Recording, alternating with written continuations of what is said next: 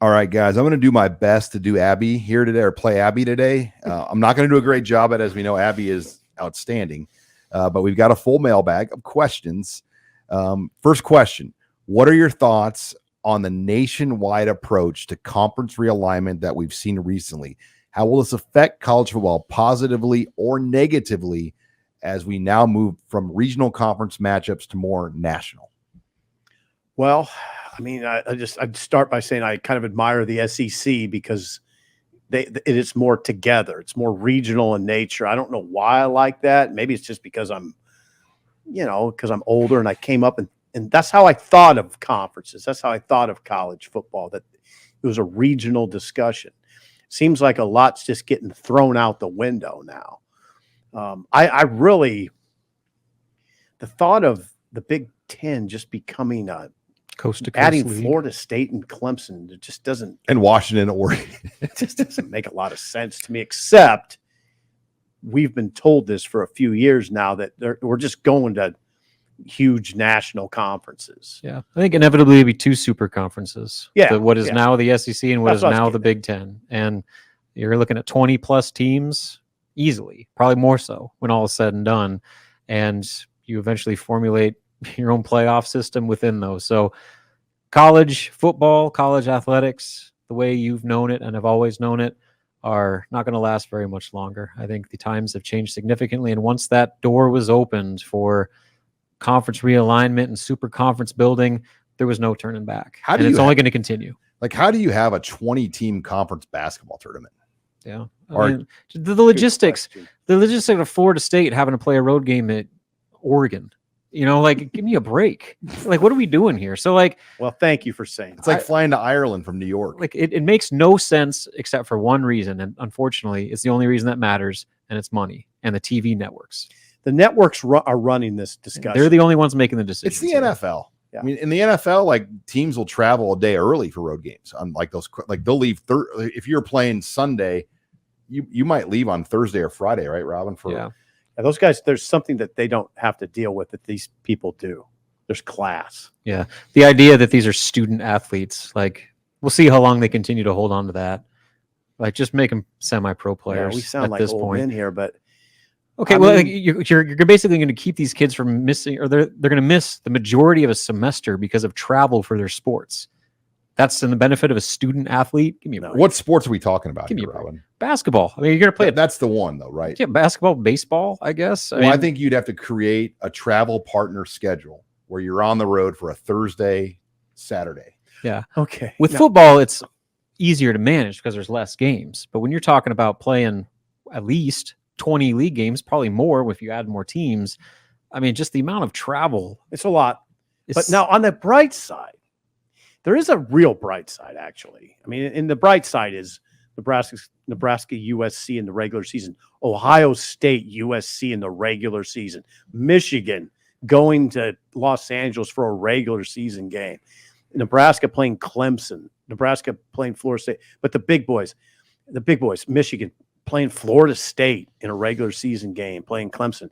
It's exciting. You have to say that. It's really exciting. Yeah. Right? And there's no going back, so might as well embrace it. I mean, you almost would have to go to a 10-game conference schedule at some point if everybody was on the same page.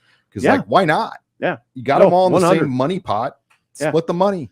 It's exciting. I mean, I think Nebraska fans would probably be excited. I mean, you got to play Oregon now all the time. You got to play Washington. You're going out there. They're coming to your place. There won't be a Power 5 anymore.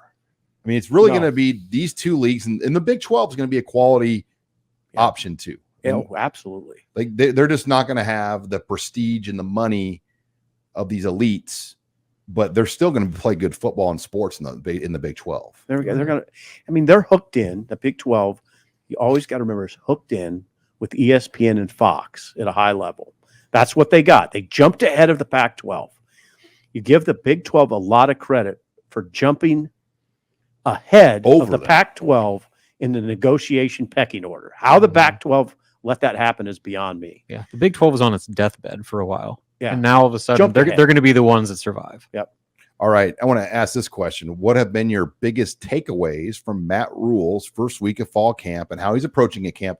And let's talk about the team living in the dorm and just this kind of camp rule, so to speak, that's been formed in the Selleck dorm building there on campus. Well, it's a huge takeaway because we've never seen that. It's never been done. Not in the modern era. So yeah, it's funny too. You get mixed reactions on it. Mm-hmm. You heard Turner Corcoran. Sean, I think Sean, you asked him how's the twin bed treating you? And Turner Corcoran said terrible. He said it's just one more thing. Mm-hmm. But Ty Robinson wasn't a fan either. Oh, is that right? It's no coincidence that the biggest dudes on the team are having the least enjoyable experience. Could you have traveled with your own air mattress? Is my question. Like, I mean, or would that be kind of like snooty to pop your own? No, I don't know. It'd be like going into a party and bringing your own food or something like, hey, I don't like your food. We're gonna eat our own food. You know, like it would that. I know JJ Watt during Hard Knocks, he would purchase his own mattress. And he laid it out in an equipment shed. It was air conditioned in there. And he would take naps during the breaks on his own like bed mattress in the equipment shed. Then he would just let one of the equipment managers keep the mattress. He's obviously that makes sense. This is about unity. It's about Rule likes the idea of them feeling uncomfortable. He also likes the idea of them playing board games, doing things together that don't involve staring at your phone. Imagine that.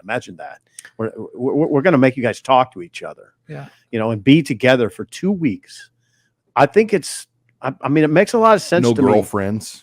Right. No, he said, don't come and tell me I go walk your dog. And hey, that's almost most of those guys, even these guys in the apartments, the NIL apartments, they all have dogs. Like that's a thing with all these student athletes. They all get a dog, and the apartments now let you have dogs. So there's a lot of people. There's some logistics. There's some dogs that have to find some arrangements these 2 weeks. Yeah, and I think really like all encompassing. This is another example of Rule making this his program. Like he's doing things that Nebraska hasn't done. The split practices, the dorm life, all these things, suspending starting players for not meeting the standard. Like I think every one of these examples is Rule putting his fingerprints all over Nebraska football right out of the gate. All right, story time. With the season approaching, what has been the most intense, rowdy game that you've covered? And do you think Colorado will rival that? For me, most rowdy I can ever remember, guys, was 2010 at Texas A&M or 2011 at Wisconsin. Russell Wilson, night game, Madison, that was opening game of the Big Ten. Yeah. I mean, if you inhaled that air, you probably blew over the legal limit of alcohol. It was scary. It was oh man. Yeah, it was intense. I got my first look. I remember walking to my car after the Wisconsin game, and all I could think of is these people are gigantic. I mean, it was being in Tijuana, but there's a bunch of blonde-haired tall people around. They're much bigger than you. We used to work with Thor women. Tripp. It was like a bunch of Thor Tripps walking around. Yeah, it was just, everybody was huge, and it was pretty daunting. But no, Sean, you got it. Texas A&M was the rowdiest. So I didn't go to this 210. game, but what about 2002 Penn State? Oh, that was rowdy. Yeah, that was 100. No, that was. I remember the fans, Nebraska fans, talking about just how awful that experience was. It was rough. I mean, there's not many stadiums over the course of I'm going to say 27 years. I've gone to all the games except one that I felt sort of threatened. But Missouri, after Davison caught that ball, that was like McKeever. I remember Kurt McKeever saying, "Simple, just walk forward, don't look, just walk to the car, don't look at anybody." And it was rough. Missouri was always kind of an under the radar. Ooh, rough. Like We were at Harpo's in college, and I was working the game, but my friends were down there, and I mean, guys got beers thrown on them in the bar. Yeah. I mean, Missouri fans had kind of a spoiled brat arrogance, and they hated Nebraska. And Penn State, for sure, in 2002, before that game, you felt sort of a hard edge, like an all NFL, around you, like an NFL type crowd almost. It was and I'd never seen that stadium. It's a huge stadium and kind of an open area. It's set up. It looked really daunting. It was windy. I could see why Jamal Lord's eyes were huge in that game.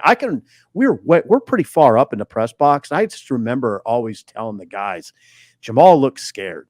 And he should have. I think it was his first significant road start. And God, in that atmosphere, it was hard for him. I know it was. I could see it. 07 Missouri, the Thursday night game that they got beat on, they got killed. 07. pretty much what started the ball to get Steve Peterson fired. He was fired then I think the next week against Oklahoma State. But that atmosphere in Columbia on a Thursday night, Oh, it was wild. that was crazy. That It was another. was. That's an under the radar one. But I would 2011 A&M or 2010 A&M, 2011 Wisconsin, then you 02 Penn State. Those are probably the three. Yeah, those right? give me, and when I think about that Missouri game before, it gives me the chills. Those were huge games. I mean, they were, and they felt big, you know. Yeah, like Fowler and Herb Street were Yeah. the announcers at Missouri in 07. I mean, these were. That was huge. Don't forget about 03 Missouri, the Kellen Houston game. I'm sorry. Kellen Houston That was wild. He punched a guy and he threw one of the best right hands you'll just see. dropped the guy. He dropped the guy. It was you go look at that. And they were playing it on the next day. They were playing it on CNN over and over. And all I could say, I was telling my Lori at the time, I was like, look at that punch. Mhm. That guy has a serious right hand. I mean, that's a serious right Squared up. Oh, and that kid got paid out. Yes, he did. That's he, right. I mean, he got paid. By Best Nebraska. punch that guy ever took. He's probably still living like a king off that punch. Oh, I don't know. Did he make that He much? might have made more money on that punch than Earl Spence did.